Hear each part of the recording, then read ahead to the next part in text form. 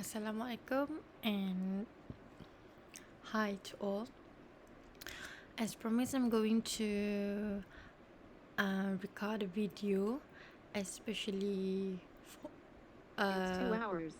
especially that will be cover for our module 8. And before that,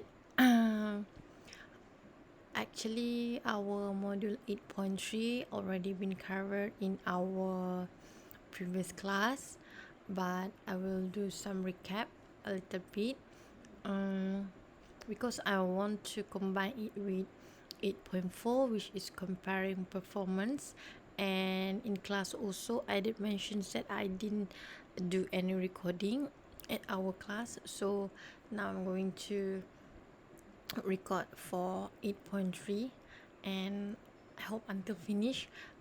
It depends on how long the durations for this video will take, and if it is too long I'm going to cut it and divide it into several videos so that it's easy for you to like watch it back.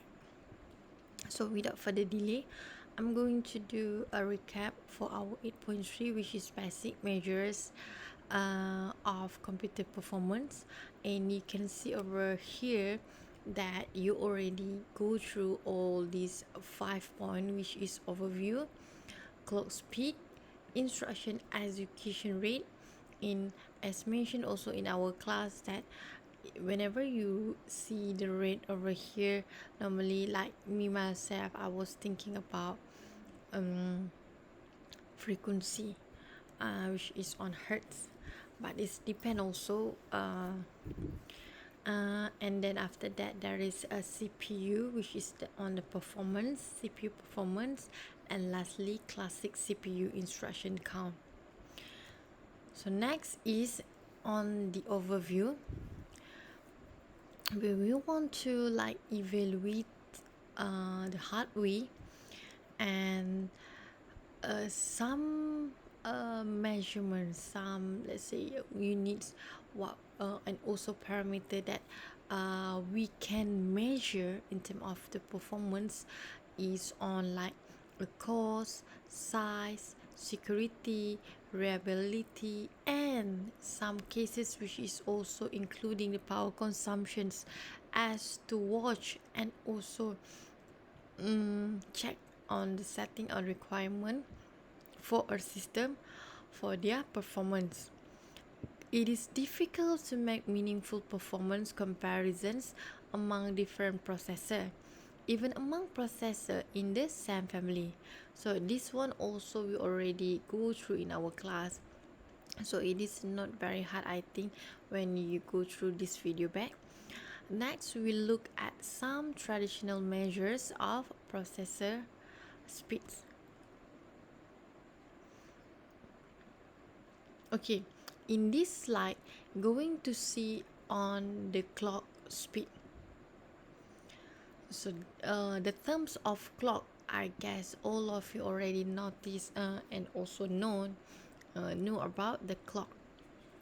And basically, last time we did see like the how long the clocks will take and so on, especially in our digital subject. But then in this slide you can see there is a lot of things related to clock, which is clock cycle. This one, I guess it is not very hard because this is already normal for you. And then it can also be called as ticks, clock periods, clocks, and also cycle. So this is all the similar meaning with the clock cycle. Clock period is the length of each clock cycle or clock rate, which inverse of the clock period. So let's say I give you the example in the class. Let's say you have this type of wait, I hope it's okay. Okay, let's say you have this kind of clock So sinus, right? Sinus clock. And you can see how long it takes for the clock period. So normally for one cycle you're going to like measure from start to the end, because it's going to be like continuous. So over here also there is like this. So every of these it will call as one cycle. One cycle, or maybe one ticks, one clock ticks, clock periods, clock and cycles, either wise. But you can see that going to have the inverse, especially for the red clock cycle and clock rates. Later on you're going to see in the next class the relationship between each other, or not in this next class, and this one. Okay, in this pages, in this slide you're going to see on look on the instruction execution rate. A processor is driven by a clock with a constant frequency, or called as F units. So normally, I guess since your secondary school, you already look and play around with frequency, and this the unit, that we use is on hertz. So define the instructions count, which is can be as IC. So this is the symbols for a program as the number of mission instruction execute for the program. An important parameter is the average of cycle per instruction, which is CPI, for a program. If all instruction require same number of clock cycle, then CPI will be constant value for a processor. So this one, after this you're going to see the relationship at here in the next slide. So you're going to see that the total numbers or total value of the CPI again, it is the cycle per instructions. So you're going to have like the instruction for number of cycle. Let CPI be the number of cycle required for instruction type I, and AI over here, I be the number of executed instruction.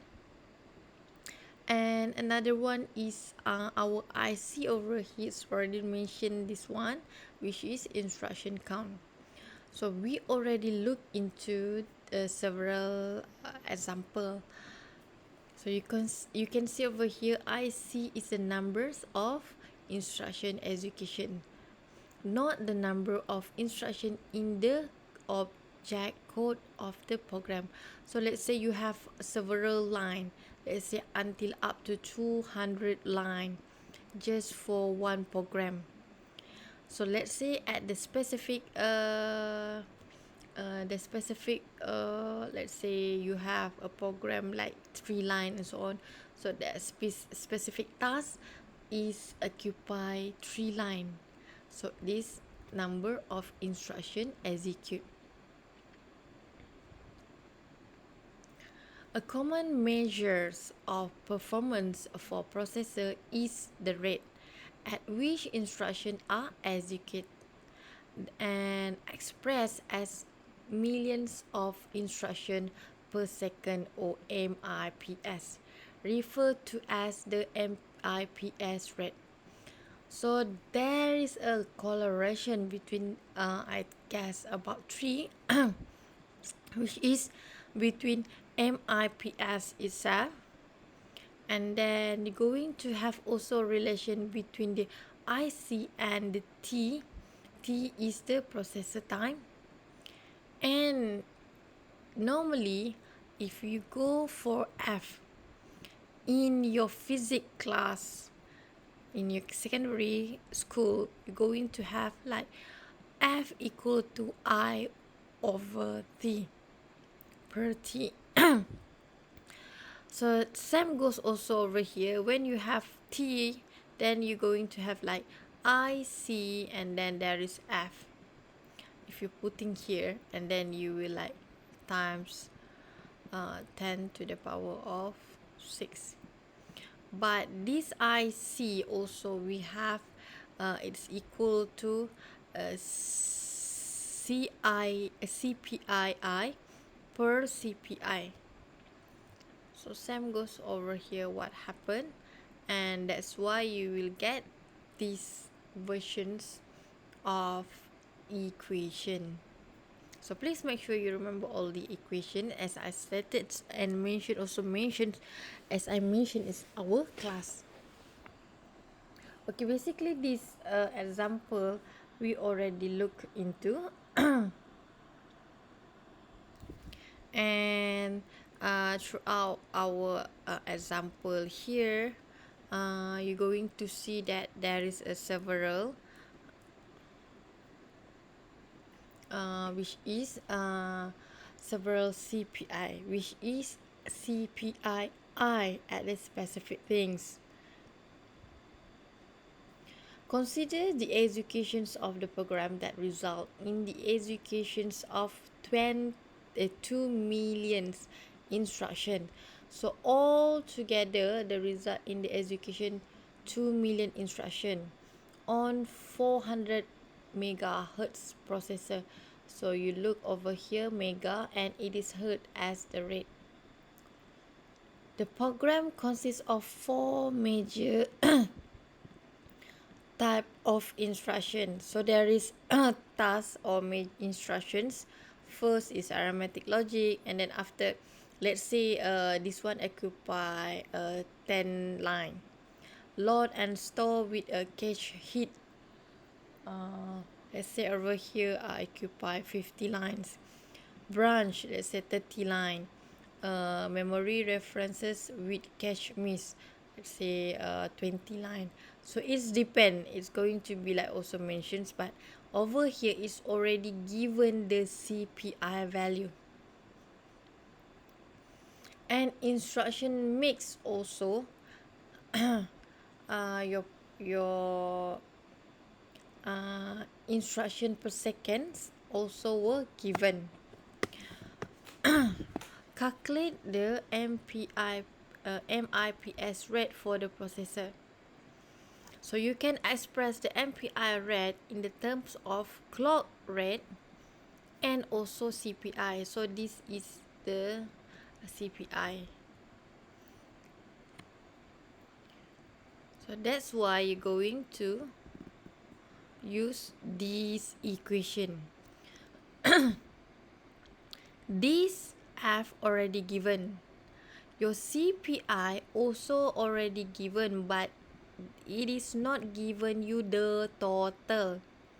So what you need to do, you need to have all the CPI look back to the previous, which is you have CPI equal to CPII times with II, which is the number of executions instruction, and also I see this one again, if you still remember, instruction count. But this part already were given the value. If you look over here, it's already given the instruction mix, which is a 0.6, 0.18. So you need to multiple all of these, and then you will get your CPI for arithmetic and logic, and then you have CPI for load and store, you have CPI for branch, and lastly for the memory, and you add it all together. So that's why you're going to have like average CPI when program execute in executed on the uniprocessor. So it already mentions that it is uni. It must be only one. If you have multiple, you need to let's say time with the how many processes that you have and available. So CPI over here will be 1 times 0.6, 2 times 0.34. Where is the value is this one, and you add it all together.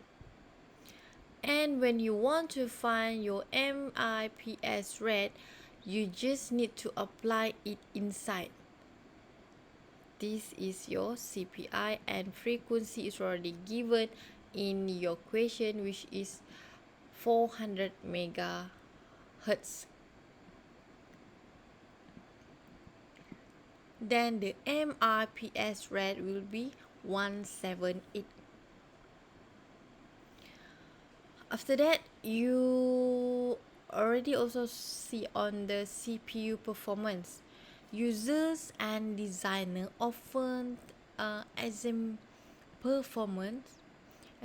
performance using different metric. Of course, you're going to see different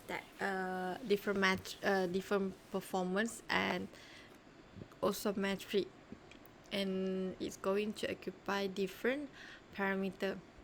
If we could relate these different metric, we could determine the effect of the design change on the performance as experienced by the user. So CPU performance as the bottom line performance measure is CPU execution time. After this, you're going to see another equations. So this is another equation that you need to memorize, which is to calculate the CPU execution time.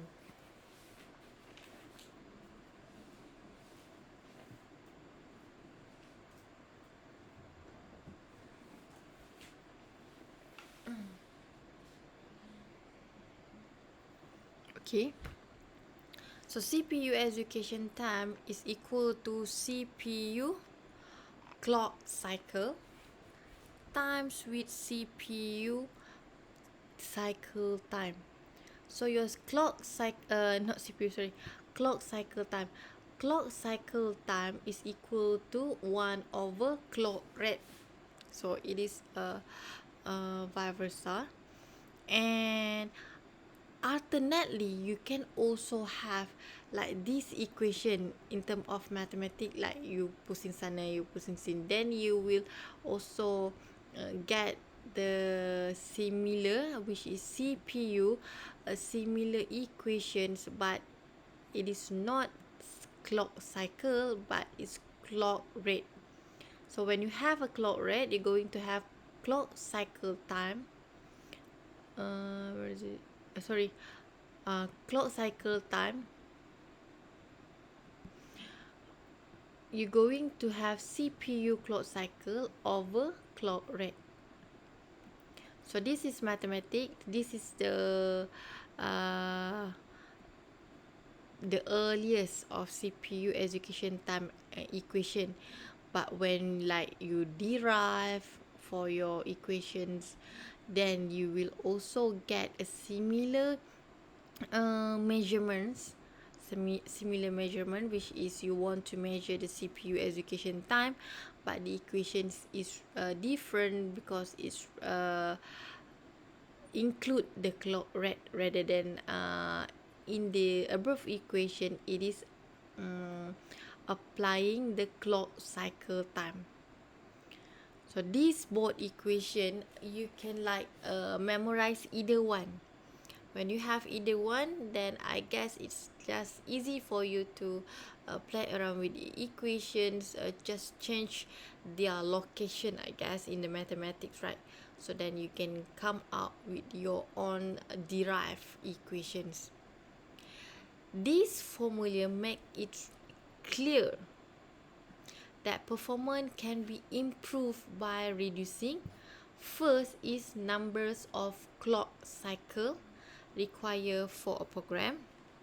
Second, the length of the clock cycle. So this is uh, two two things that you need to be considered if, let's say,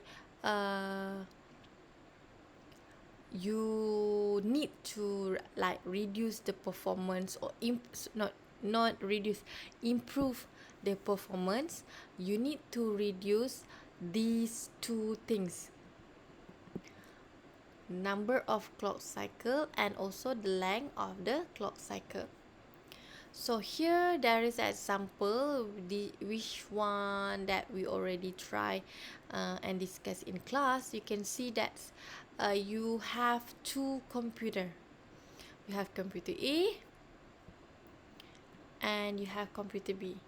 But initially, you know already about the detail for computer B. And now you need to come up about the computer A in terms of the performance. So our favorite program run in 10 seconds on computer A, which has 2 gigahertz clock. So frequency already given. We are trying to have a computer designer build a computer B. Oh, sorry. I dah tertukar dah. So you have two computers, computer A and B. You need to modify and also develop a performance for your computer B, which will run this program in 6 seconds. So the designer has determined that substantial increase in the clock rate is possible, but this increase will affect the rest of the CPU design, so causing the computer B to require 1.2 times as many clock cycle as computer A for this program. So dia dah bagi directly, it's already give directly the value which is 1.2 time. Dia nak improvekan in term of clock cycle with the 1.2 increasing. So what clock rate should we tell the designer to target? So over here you have already given that you need to come up with the program A. So the CPU time already given.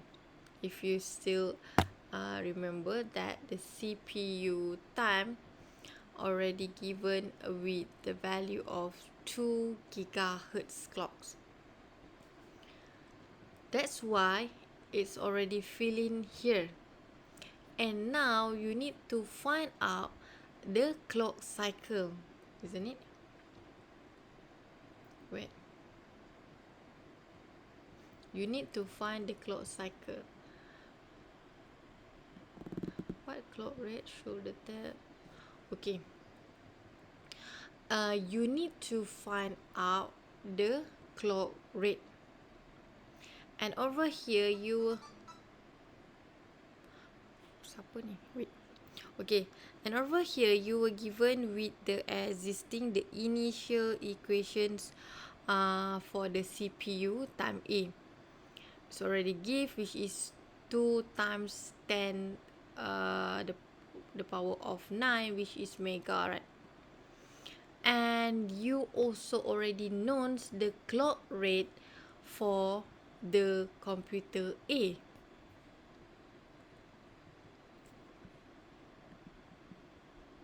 This is the clock rate for a computer A.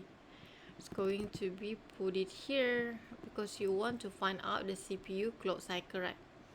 That's why you will come up with 20 times 10 to the power of 9 cycle.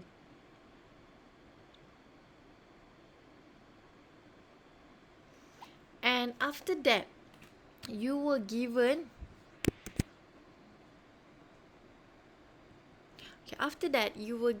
with the CPU time for B. The CPU time for B uh, need to be 1.2 time rather than the computer A, right? So the CPU time B need to find out by using the equation CPU time B, and then you will like over with the clock rate for A, and over here is your clock rate for CPU time per clock rate B.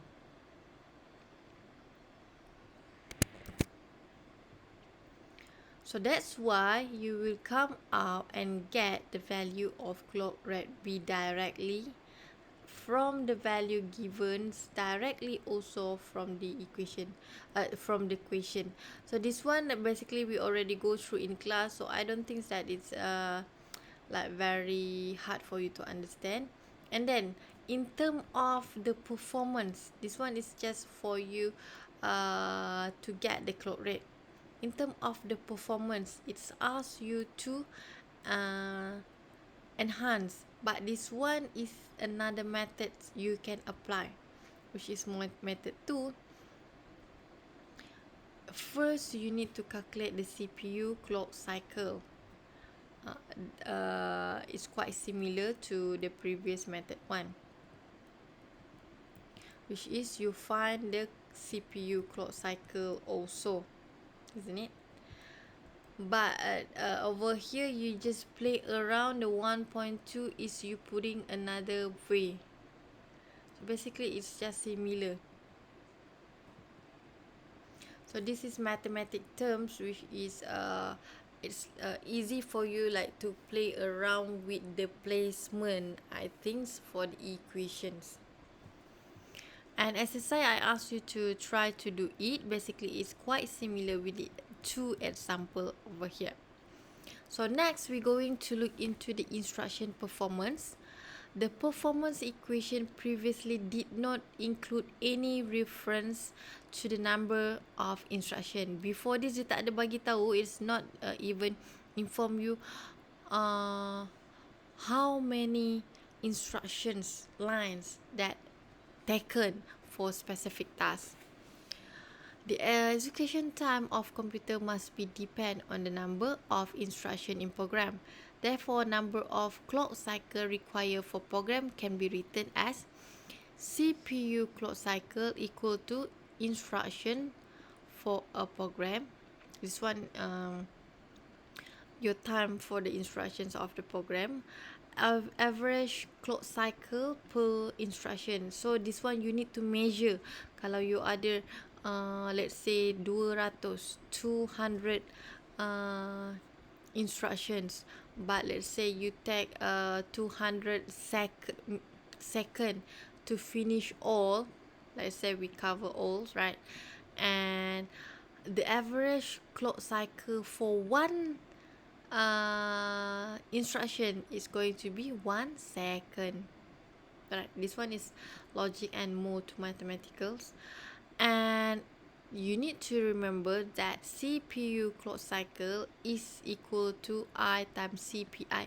CPI is the average clock cycle per instructions. While instruction for a program, you need to see how many lines that you have. So using performance equation, suppose we have 2 implementations of the same instructions set architecture. Computer A has clock cycle time of 250 PS. They dah direct give you the clock cycle, but this is not the average. Clock cycle time of 250 PS and the CPI of 2.0. You dah diberi value of CPI, and this one is average should be, but you can see you just have the totals. sum for the sum program, and computer B has clock cycle of 500 PS and CPI of 1.2 for the same program. Which computer is faster for the program and by how much? So you need to compare between these two. So over here, you already been given with the CPU clock cycle A and also CPU clock cycle B. You need to know how many lines that are available. Let's say over here you were given with the value of clocks and also this value of your clock cycle time, and you're going to find out your I. Now we can compute that CPU time for each computer is equal to CPU clock rate, clock cycle is already given, CPU clock time also already given. So you play around with these mathematic terms, you're going to get the value of CPU time for computer A.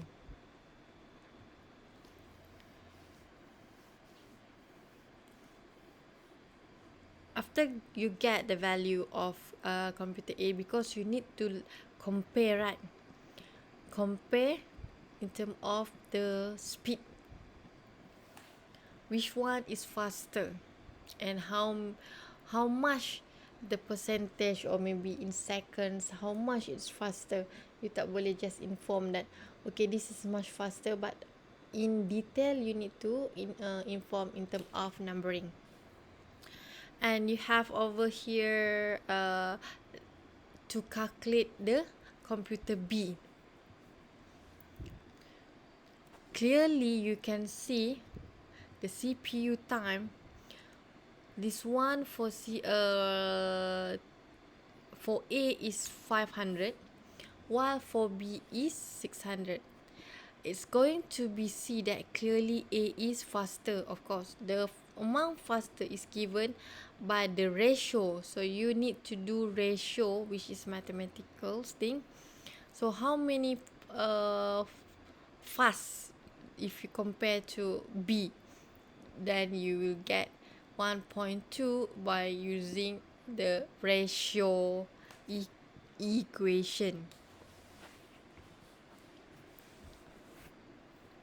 So the computer A is 1.2 times as fast as computer B for this program.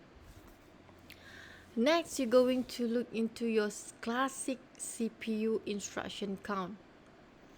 Okay, you have also several equation need to memorize, but I guess also you're going to play around later on with the memorizations in terms of meaning. So that this thing that I already mentioned, I really had, but it is only a small part. So CPU time, how to calculate, how to measure, is equal to instruction count. Berapa banyak instructions that already counted, CPI, and also clock cycle time. And then after that you play around, you also can get, since the clock rate is the inverse of the clock cycle, so this one again, then you can come out with this kind of equation. Basically it's similar because clock cycle is inverse, yeah, right? So it is inverse from the clock rate. Example, okay, this one is quite long. If let's say a compiler designer is starting to design between two code sequences for particular computer, the hardware designer has supplied the following fate.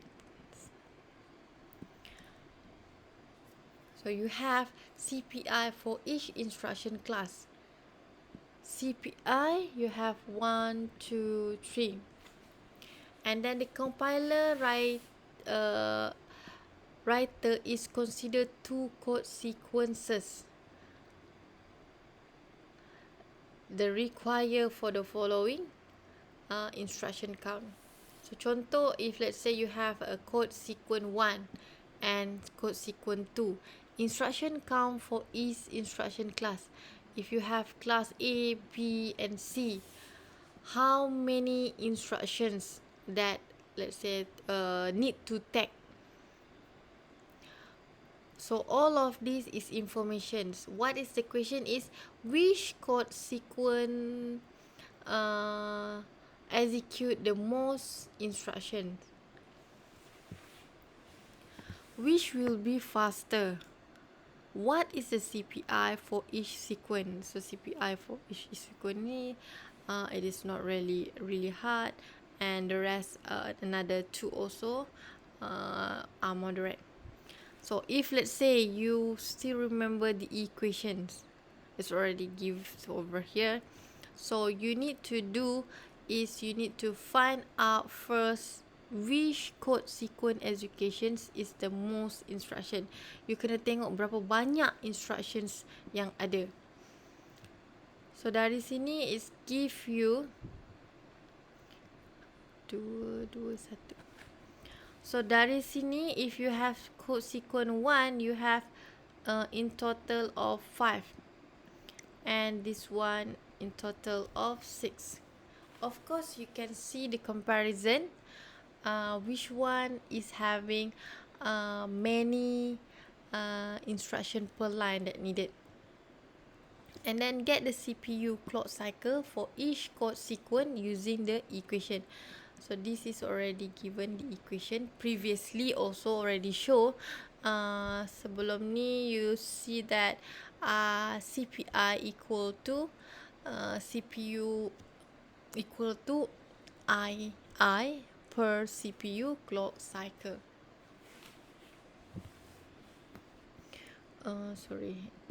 CPI equal to CPU clock cycle per II. But this one is also you can play around. You can change this part.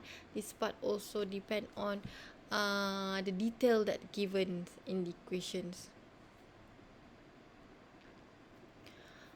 So for B, you need to get the clock cycle for each code sequence. You have A, B, C. Kan? You have A, B, C. So that's why you have first CPU clock rate 1 times 2 plus 2 times 1 plus 3 times 2 and so on for the cycle 1. And also you need to calculate for the cycle 2. Lastly, the third question is the CPI value for each code sequence can be computed by using these equations. So you just apply in all the values, CPU clock cycle, instruction count.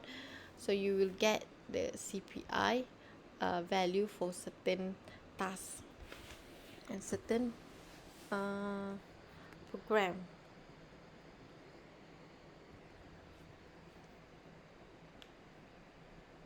In these pages, you need to memorize. You didn't have any choice.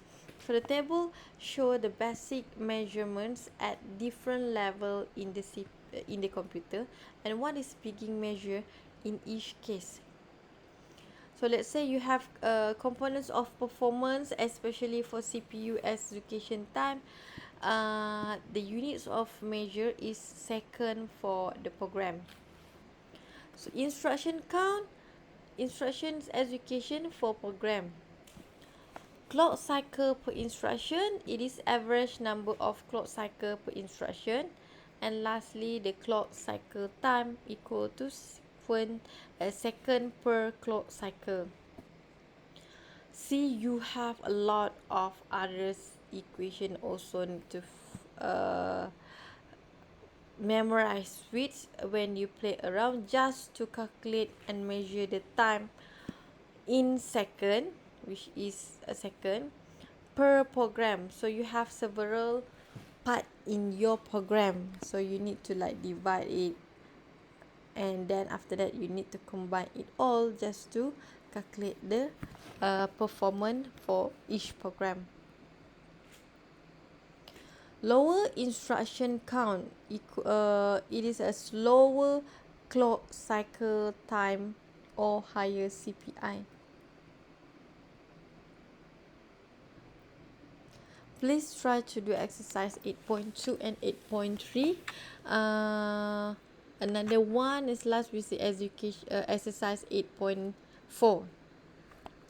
So please try to do these three exercise. Later on maybe we can discuss in our class together. And I think I need to stop the video first until here. Later on I will do another recording, especially for our 8.4, 8.5, and lastly the summarizations. Okay, thank you for watching, and please stay safe, stay at home, and bye bye.